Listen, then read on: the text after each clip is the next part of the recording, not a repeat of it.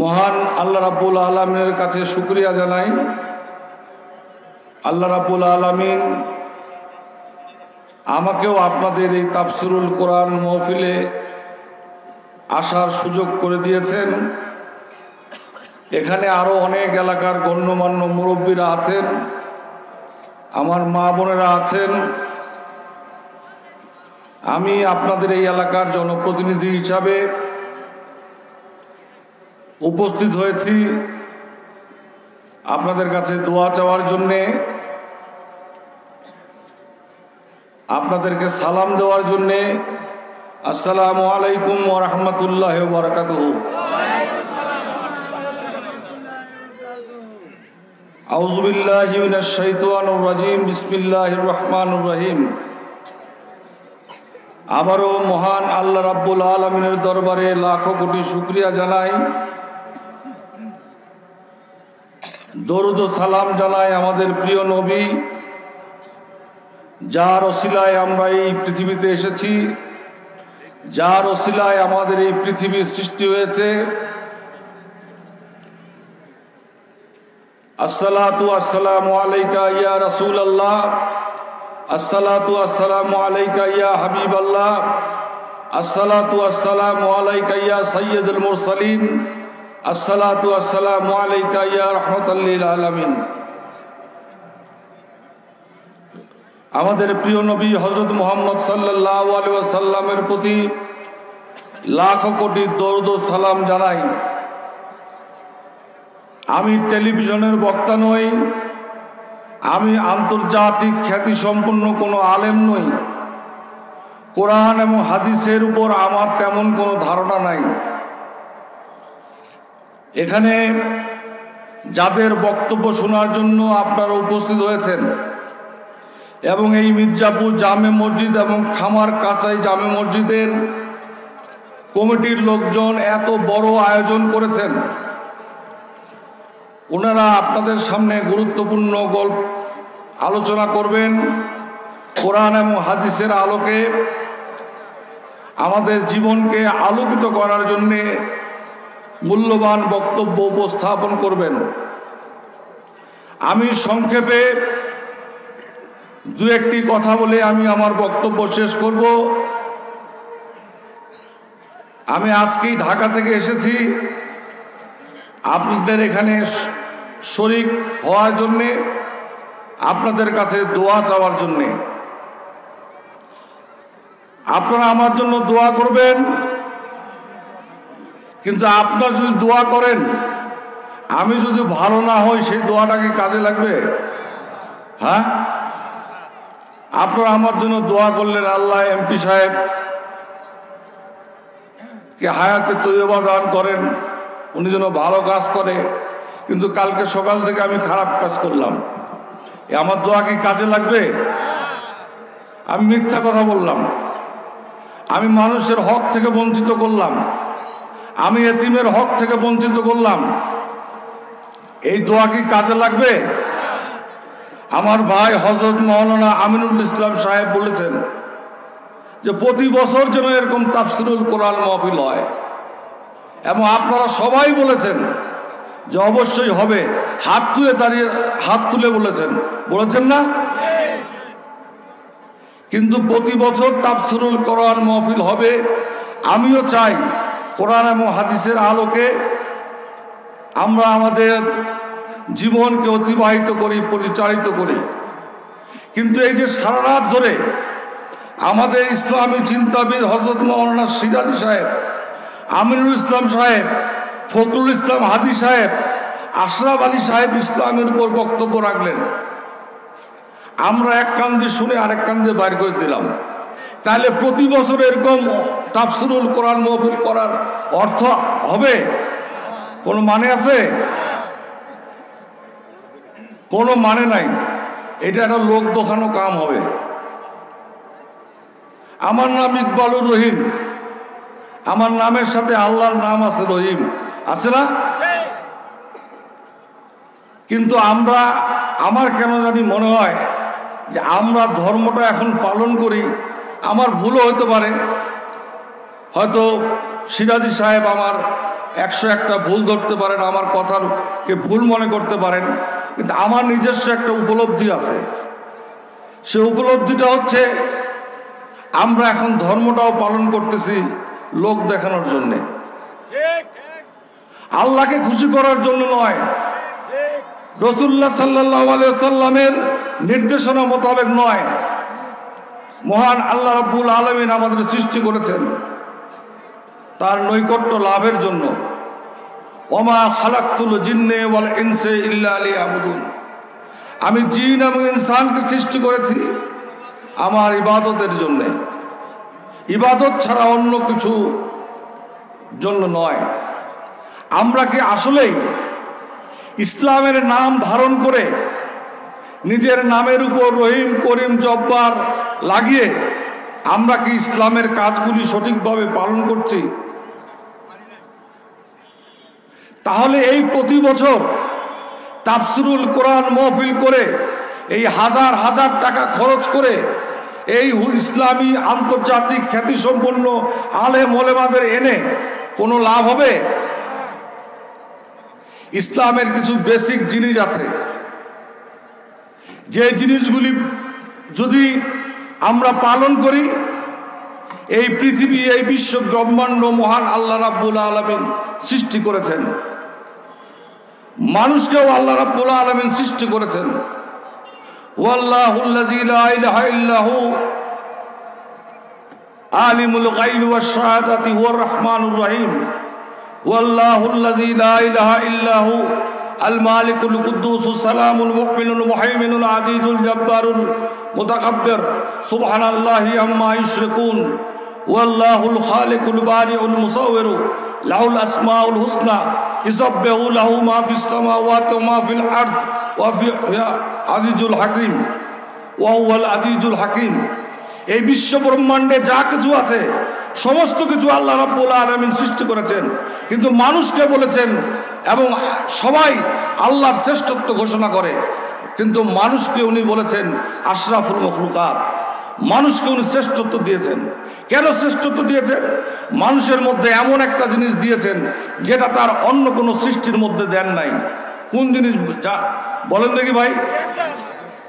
হ্যাঁ, আমাদের জন্য আমাদেরকে দিয়েছেন বিবেক, আমাদের জন্য দিয়েছেন বুদ্ধি বিবেক, যেটা তার আর অন্য কোনো সৃষ্টির মধ্যে দেন নাই। দিছে নাকি? এই বিবেক দিয়ে আমরা বুঝতে পারি কোনটা সাদা কোনটা কালো, কখন রাত হয় কখন দিন হয়, কোনটা সত্য কোনটা মিথ্যা, কোনটা ন্যায় কোনটা অন্যায়, কোনটা ভালো কোনটা মন্দ, কোনটা করা উচিত কোনটা করা উচিত না। আমার সামনে যারা আছেন কি ভাই আমরা বুঝতে পারি না? এই জন্য কি আল আজহার বিশ্ববিদ্যালয় থেকে ইসলামের উপর ডিগ্রি নেওয়ার দরকার আছে? এই জন্য কি ইসলামী বিশ্ববিদ্যালয় থেকে ইসলামের উপর সর্বোচ্চ ডিগ্রি নেওয়ার দরকার আছে? এটার জন্য কি কোরআনের হাফেজ হওয়ার দরকার আছে? যারা হইতে পারেন ভালো, যারা ডিগ্রি নিতে পারেন তারা ভালো অবশ্যই, কিন্তু আমরা যারা পারি নাই, আমাদের যাদের সুযোগ হয় নাই, আমাদেরকে আল্লাহ যে বিবেকটা দিয়েছেন, এই বিবেক দিয়ে আমরা যদি নিজের জীবনকে পরিচালিত করতে পারি, আমাদের সমাজের অর্ধেক সমস্যার সমাধান আমরা করতে পারব। আমি সারা রাত তাফসিরুল কোরআন শুনলাম। সিরাজি সাহেব টেলিভিশনের প্রোগ্রাম বাদ দিয়ে আজকে এখানে উপস্থিত হয়েছে। আমি এখানে কালকেতে সকাল থেকে আবার মিথ্যা কথা বললাম। আমি কালকে সকাল থেকে আবার মানুষের হক থেকে বঞ্চিত করলাম, আমি এতিমের হক থেকে বঞ্চিত করলাম, আমি পিতামাতার হক থেকে বঞ্চিত করলাম, আমি আমার স্ত্রীর হক থেকে বঞ্চিত করলাম, আমি আমার সন্তানের হক থেকে বঞ্চিত করলাম। আমার দেশের মানুষের হক থেকে যদি আমি বঞ্চিত করি, তাহলে এই প্রতি বছর তাফসিরুল কোরআন মাহফিল করার আর এই সিরাজি সাহেবরা এত কষ্ট করে আসছে বক্তৃতা দিচ্ছে, এর অর্থটা কি দাঁড়াবে বলেন? কোনো কাম হবে? এই হাজার হাজার টাকা খরচ করি লাল নীল বাতি দিয়া, তাহলে এটা লোক দেখানো হবে না তো? ধর্মটা পালনটা, এই লোক দেখানো ধর্ম পালন বন্ধ করতে হবে ভাই। আমার আল্লাহ রাসূল এবং নবীকে খুশি করার জন্যে। আল্লাহ যে আমাদের বিবেক দিয়েছেন, এই বিবেক দিয়ে যদি আমরা পরিচালিত হতে পারি, আমরা অনেক কাজ করতে পারব। আমাদের প্রিয় নবী হযরত মুহাম্মদ মুস্তাফা সাল্লাল্লাহু আলাইহি ওয়াসাল্লাম মেরাজে গিয়েছিলেন, আল্লাহর সাথে তার দিদার হয়েছিল, সাক্ষাৎ হয়েছিল, এবং সেখান থেকেই আমাদের জন্য নামাজ এসেছেন। নামাজ ইসলামের একটি অন্যতম স্তম্ভ। আমাদের আল্লাহ রাব্বুল আলামিনের সাথে দেখা করার কোনো সুযোগ নাই, কিন্তু হাদিসে আছে আসসালাতু মিরাজুল মুমিনিন, যে মোমেনদের জন্য হচ্ছে নামাজই মেরাজ স্বরূপ। আমি 5 ওয়াক্ত নামাজ পড়লাম আর মিথ্যা কথা বললাম, সেই নামাজ কোনো কাজে দিবে? আমি 5 ওয়াক্ত নামাজ পড়লাম আর বউয়ের হক থেকে বঞ্চিত করলাম, স্ত্রীর হক থেকে বঞ্চিত করলাম, আমার বোনের হক থেকে বঞ্চিত করলাম, আমার এতিমের হক থেকে বঞ্চিত করলাম, আমার প্রতিবেশীর হক থেকে বঞ্চিত করলাম, আল্লাহর দরবারে কি আপনার নামাজ হবে? আমি যে হক থেকে বঞ্চিত করতেছি, আমার বিবেককে জিজ্ঞাসা করলে আমি বলতে পারি না? বলেন। এই জন্য তো কোরআন শরীফের এত ব্যাখ্যা বিশ্লেষণের দরকার সারা রাতব্যাপী দরকার নেই। আমি যদি আমার বিবেককে জাগ্রত করতে পারি কোরআন এবং হাদিসের আলোকে, তাহলে আমার মনে হয় আমাদের এই তাফসিরুল কোরআন মাহফিল সার্থক হবে। এইখান থেকে যদি 5টা লোক, সব লোক না, 5টা লোকও যদি কোরআন হাদিসের আলোকে কালকে থেকে শপথ নিয়ে জীবনকে পরিচালিত করে, আমাদের এই তাফসিরুল কোরআন মাহফিল এবং এই যে কষ্ট করে সিরাজি সাহেব আসছে, তার আশাটা সার্থক হবে। আমি সারা রাত ওনার বক্তৃতা শুনলাম, সকালে উঠেই আমি নানা রকম অপকর্মের সাথে লিপ্ত হলাম। এখন আমার শহরে একটা ফ্যাশন শুরু হয়েছে, আমি এটা ফ্যাশনই বলবো। এয়ার কন্ডিশন মসজিদ ছাড়া নাকি নামাজ হয় না। আমার কাছে আসে এমপি সাহেব, মসজিদে একটু এয়ার কন্ডিশন করবো, কিছু টাকা দেন। মার্বেল পাথর টাইলস ছাড়া নাকি মসজিদ হয় না। নাকি শহরে কোনো মসজিদ আছে টাইলস ছাড়া? সব মসজিদ টাইলস করতে হবে।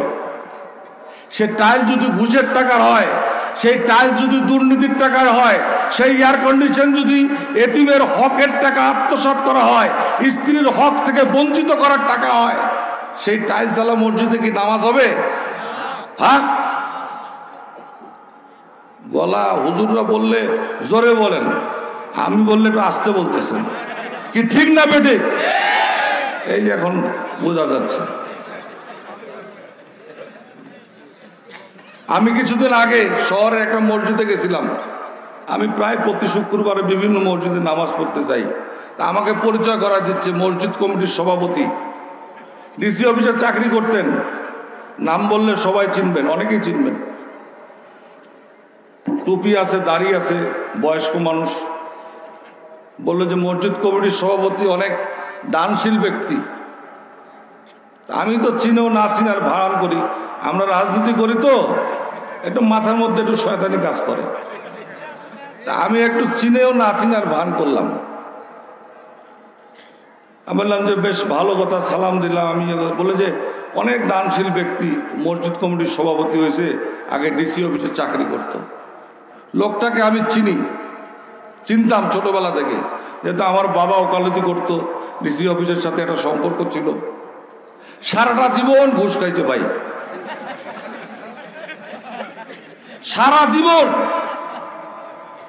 এবং রোজার সময় ঘুষের মাত্রা বেশি, বলে রোজার সময় খরচ টরচ একটু বেশি, তো একটু বেশি করে দেন, ডয়ারটা খুলেই রাখে। উনি হচ্ছেন মসজিদ কমিটির সভাপতি, হজ করে আসছেন, প্রতিবার আবার ওমরা হজও যান। ঘুষের টাকা কি হজ হবে? দুর্নীতির টাকা কি হজ হবে? এখন ওই যে বললাম না, ধর্ম পালনটা হয়েছে লোক দেখানো। এই যে এত লাল নীল বাতি দেখতেছেন, আমার উপর অসন্তুষ্ট হইতে পারেন। কেউ কি জিজ্ঞাসা করছেন যে ভাই আপনি তো এই জলসাটা ইসলামী তাফসিরুল কোরআন মাহফিল করার জন্য টাকা দিচ্ছেন, এই টাকাটা হারাম না হালাল? কেউ জিজ্ঞাসা করছে? আপনি যে মসজিদে চাঁদা নিচ্ছেন, 200 বস্তা সিমেন্ট নিচ্ছেন, টাইলস নিচ্ছেন, এয়ার কন্ডিশন নিচ্ছেন, কেউ কি জিজ্ঞাসা করছেন এই টাকাটা হালাল না হারাম? ওই লোকটাকে তো দানশীল বললেন, সমাজসেবক, বিশিষ্ট আলেম, আলহাস। ঘুষের টাকায় কি আলহাস হবে? এটা ভাই আমার বিবেকের কথা। আমি কোরআন শরীফ ভালো জানি না, পড়তে পারি না, এই কথা কেউ বলে না। আজ পর্যন্ত কোনো মসজিদে আমি কোনো কমিটির লোকরে শুনি নাই যে ভাই আপনি ঘুষের টাকা, এই ঘুষের টাকায় মসজিদ হবে না, ঘুষের টাকায় এক ওয়াক্ত নামাজ হবে না। কি সিরাজি সাহেব হবে নাকি? হ্যাঁ, আমি সিরাজি সাহেব, উনি তো জ্ঞানী আলেম, আন্তর্জাতিক মানুষ, আমি তো লোকাল গাড়ি, দিনাজপুরের মানুষ, তাই না? যদি ছিঁড়া জায় নামাজে বসে নামাজ পড়েন, সেই জায় নামাজটা যদি হালাল উপার্জনের হয়, আল্লাহর দরবারে আপনার নামাজ কবুল হবে। আর যদি ঘুষের টাকার টাইলস হয়, মার্বেল পাথর হয়, এয়ার কন্ডিশন হয়, আল্লাহর দরবারে আপনার নামাজ কবুল হবে না। না, গলার স্বর আসতে আমার কথা পছন্দ হয় না। এটা যদি আমিনুল ভাই বলতো আমার ঠিক না বেটি, সবাই বলতেন ঠিক। তাইলে আমরাও এখন ধর্মটা লোক দেখানো পালন করতেছি। আমরা আল্লাহকে খুশি করার জন্য নামাজ আদায় করছি না। অনেকে মসজিদে যায়, মসজিদে না গেলে আবার মানুষ খারাপ বলবে, কি বলবে না বলবে। শুক্রবারে জুম্মার নামাজ কোন রকমে খালি মাথাটা ঠেকাইয়া ফরজ নামাজটা পড়িয়ে আমরা বাইরে চলে যাচ্ছি। তাহলে আমরা আল্লাহকে খুশি করার জন্য নামাজ পড়তে যাচ্ছি, নাকি আল্লাহর নৈকট্য লাভের জন্য নামাজ পড়তে যাচ্ছি? আমার তাকওয়া থেকে আমি নামাজ পড়তেছি, নাকি মানুষকে খুশি করার জন্য, আমার বাপ মাকে খুশি করার জন্য? যদি মা দুপুরে ভাত না দেয়, আছে না এরকম কথা? তো ঠিক একুরেট বলতেছি। কাল সকালে তো সব ভুলে যাবেন, কারণ আমি তো আরবি বলতে পারি না, আমার জ্ঞান নাই, ইয়া নাই, কিন্তু আমার কাছে বিবেক আছে। আমি বুঝি কোনটা সাদা, কোনটা কালো, কোনটা ভালো, কোনটা মন্দ, কোনটা ন্যায়, কোনটা অন্যায়। ইসলাম, আজকে কিছু মানুষ ইসলামের নামে বোমা হামলা করছে, জঙ্গি হামলা করছে। শোলাকিয়া ঈদের মাঠে দেখলেন না ভাই, 6 জন পুলিশ ভাই আমার ওই বোমাবাজদের ধরতে যায় মারা গেল, আহত হলো অসংখ্য মানুষ। সেখানে ঈদের মাঠে আওয়ামী লীগের লোক শুধু নামাজ পড়তে যায় নাই, বিএনপির লোক নামাজ পড়তে যায় নাই, জাতীয় পার্টির লোক নামাজ পড়তে যায় নাই, সাধারণ নিরীহ মুসল্লিরা নামাজ পড়তে গেছে। সেখানে কারা বোমা মারল? কোরআন শরীফের 6666টি আয়াত, 114টি সূরা আমি পড়েছি, কোথাও দেখি নাই বোমা মেরে ইসলাম কায়েম করতে হবে, মানুষ হত্যা করে ইসলাম কায়েম করতে হবে, হাতের রগ কেটে, পায়ের রগ কেটে ইসলাম কায়েম করতে হবে। আজকে ইসলামের নামে মানুষকে বিভ্রান্ত করে, ইসলাম শান্তির ধর্ম, আজকে মানুষকে বিভ্রান্ত করা হচ্ছে। এই বিভ্রান্তি থেকে আমাদের কাটিয়ে উঠতে হবে। আজকে পৃথিবীর, বাংলাদেশ ছাড়া পৃথিবীর যে কোনো দেশে, আমি বহু দেশে যাওয়ার সুযোগ আমার হয়েছে। আল্লাহ, আপনারা ভোট দিয়েছেন আমাকে, আমি গেছি বিভিন্ন আন্তর্জাতিক সেমিনারে। আমার সিরাজি ভাইও গেছে বহু জায়গায়, তাই না? উনি তো আলেম মানুষ, ওনারও আমি জানি না, আমার তো কাপড় চোপড় পাড়াতে প্যান্টটা খুলে, ওনার করছে কিনা জানি না। আমাদের দেখলেই মনে করে যে আমরা বোধহয় সন্ত্রাসী। নামের পিছনে যদি ইসলামে থাকে, মানে ইকবালুর রহিম বা আব্দুর রহিম বা অমুক থাকে, পাসপোর্টটা আলাদা করে দেয়, মনে করে যে আমরা জঙ্গি। এই অবস্থাটা কেন আমাদের তৈরি হলো? অথচ এই মুসলমানরা একদিন পৃথিবী শাসন করত, কিছু মানুষ তাদের ব্যক্তি স্বার্থ, গোষ্ঠী স্বার্থ হাসিলের জন্য ইসলামের অপব্যাখ্যা দিয়ে মানুষকে ধর্মপ্রাণ মুসলমানদের বিভ্রান্ত করে আজকে এই জঙ্গিবাদ প্রতিষ্ঠা করতে চায়। ইসলাম একটা শান্তির ধর্ম। প্রিয় ভাইরা, সিরাজি ভাই রাগ হচ্ছে, বিরক্ত হচ্ছে, আমি আর বক্তব্য বাড়াবো না। উনি কোরআন এবং হাদিসের আলোকে, কিন্তু আমি যেটা বেসিক জিনিসটা ভাই, আমরা ওয়াদা করি কালকে থেকে আর মিথ্যা কথা বলবো না, সমাজের অর্ধেক সমস্যার সমাধান হয়ে যাবে।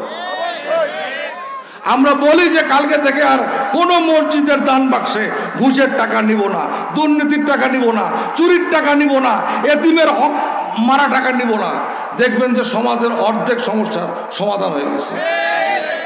পারবেন কেউ বলতে? সাহস করি।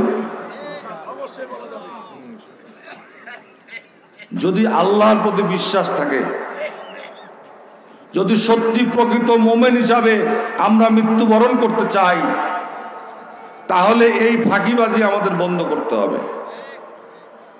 আমরা স্বয়ং আল্লাহর সাথে প্রতারণা করছি, ওই ঘুষখোরের টাকা মসজিদে নিয়ে, ওই দুর্নীতিবাজের টাকা মসজিদে নিয়ে।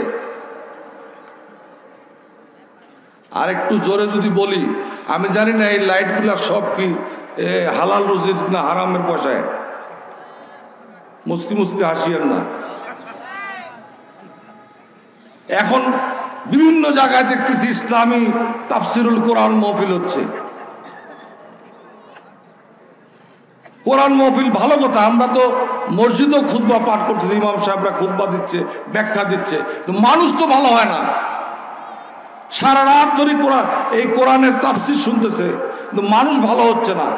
মানুষকে ভালো করতে হবে, হালালান তৈয়বানের কথা বলতে হবে, হুকুল্লাহ এবং হুকুল এবাদের পথে মানুষকে আনতে হবে। না হলে কিন্তু কারো রক্ষা নাই, আমারও রক্ষা নাই, সিরাজি সাহেবেরও রক্ষা নাই।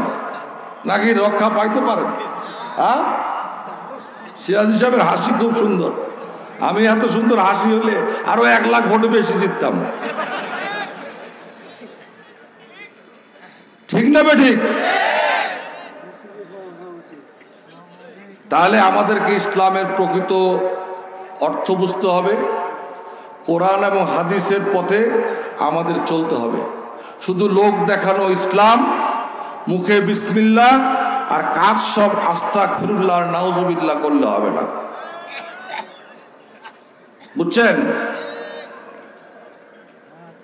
মাথায় নামাজ পড়তে পড়তে কপালে কালো দাগ ফেলে দিছি, কড়া ফেলে দিছি, হাসরের ময়দানে নাকি জল জল করে জ্বলবে। ওই কালো দাগে কি জ্বলবে আল্লাহ রাব্বুল আলামিন জানে। আমি ঘুষও খাবো, নামাজও পড়বো, দুর্নীতিও করবো, নামাজও পড়বো, রোজাও করব, দুইটা কিন্তু একসাথে হবে না। আমি মিথ্যা কথা বলবো, আবার হজও যাব।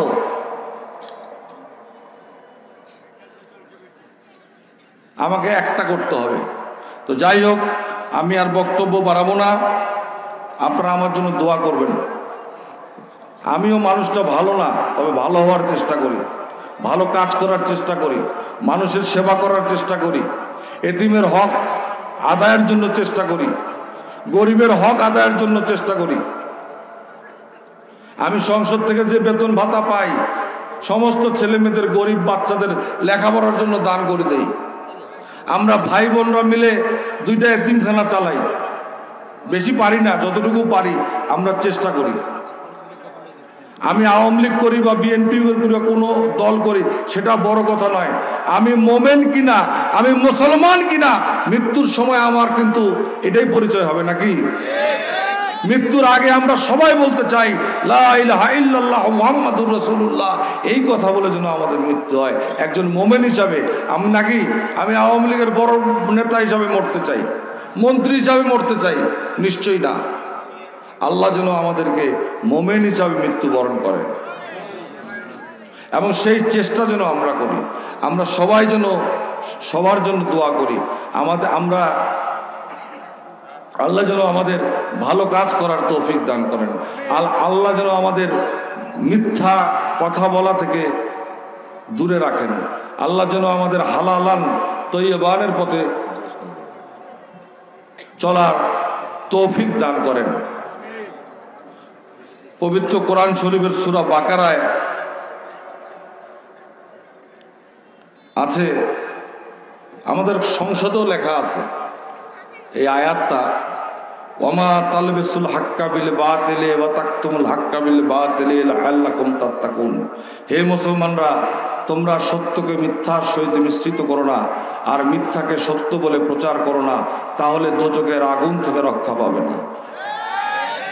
একজন মুসলমান হিসাবে আরেকজন মুসলমানের প্রতি কর্তব্য আল আমরু বিল মারুফ ওয়ান নাহি আনিল মুনকার, সৎ কাজের আদেশ করা, অসৎ কাজের নিষেধ করা। আজকে এই হযরত মাওলানা নূর মোহাম্মদ সিরাজি সাহেব আপনাকে সৎ কাজের কথা বলবেন। আমরা যেন এই সৎ কাজগুলি করার জন্য আল্লাহ রাব্বুল আলামিন আমাদের জন্য তৌফিক দান করে। আপনাদের সামনে একটা কবরস্থান আছে, এই এলাকার মানুষের দীর্ঘদিনের দাবি। আমি যখন এমপি হই, ঢাকা থেকে যখন আগে আসতাম, দেখতাম যে কাশীপুর, কাউগা কবরস্থানগুলা আমাদের বাপদাদারা, পূর্বপুরুষরা, আত্মীয় স্বজনরা শুয়ে থাকে, কুকুর শিয়াল পায়খানা পেশাব করে, কোনোদিন কেউ আসে বলে না। তা আমি এমপি হওয়ার পরে আমার এই সদর উপজেলার যতগুলি কবরস্থান আছে, আমি পর্যায়ক্রমে সকলগুলাতে বাউন্ডারি ওয়াল করতেছি। অনেকগুলো বাউন্ডারি ওয়াল হয়ে গেছে, এবং অনেক সময় বিদ্যুৎ থাকে না, রাতের বেলা মানুষ মারা যায়, কবর দিতে কষ্ট হয়, তো সেই জন্য সোলার লাইটেরও আমি ব্যবস্থা করছি। কালকেও লালবাগ কবরস্থানে আমি এর আগেও টাকা দিয়েছি, কালকেও আমি প্রায় 16 লক্ষ টাকার দিয়েছি ওখানে কবরস্থানের বাউন্ডারি করার জন্যে। আপনাদের এখানে আমি ইতিমধ্যে 25 লক্ষ টাকা বরাদ্দ দিয়েছি আপনাদের এই কবরস্থানটা, এই টার্মিনালে। এবং এটা হয়তো 2-3 মাস লাগে, সরকারি কাজ তো করতে একটু সময় লাগে, হয়তো এই বছরে এই কাজ শুরু হয়ে যাবে ইনশাল্লাহ। আর মির্জাপুর জামে মসজিদ এবং খামার কাছাই জামে মসজিদ উদ্যোগে যারা এটা আয়োজন করেছেন, মসজিদে দেখি আমার সরকারের পক্ষ থেকে আমি প্রতিটা 2টা মসজিদে 1 লাখ করে 2 লাখ টাকা আমি আমার সরকারের পক্ষ থেকে আমরা দেব ইনশাল্লাহ। আল্লাহ যেন তৌফিক দান করে, আর প্রতি বছরে যেন হয়, আর মানুষ যেন ভাই ভালো হয়। মানুষ যেন ভাই ভালো না হলে, বিবেক দিয়ে পরিচালিত না হলে, এই সারা রাত তাফসীরুল কোরআন পড়ে কোনো কাজে আসবে না। আসবে? আল্লাহ যেন আমাদের সেই তৌফিক দান করে। ওয়া আখিরুদ দাওয়ানা আনিল হামদুলিল্লাহি রাব্বিল আলামিন। আসসালামু আলাইকুম ওয়া রাহমাতুল্লাহি ওয়া বারাকাতুহু।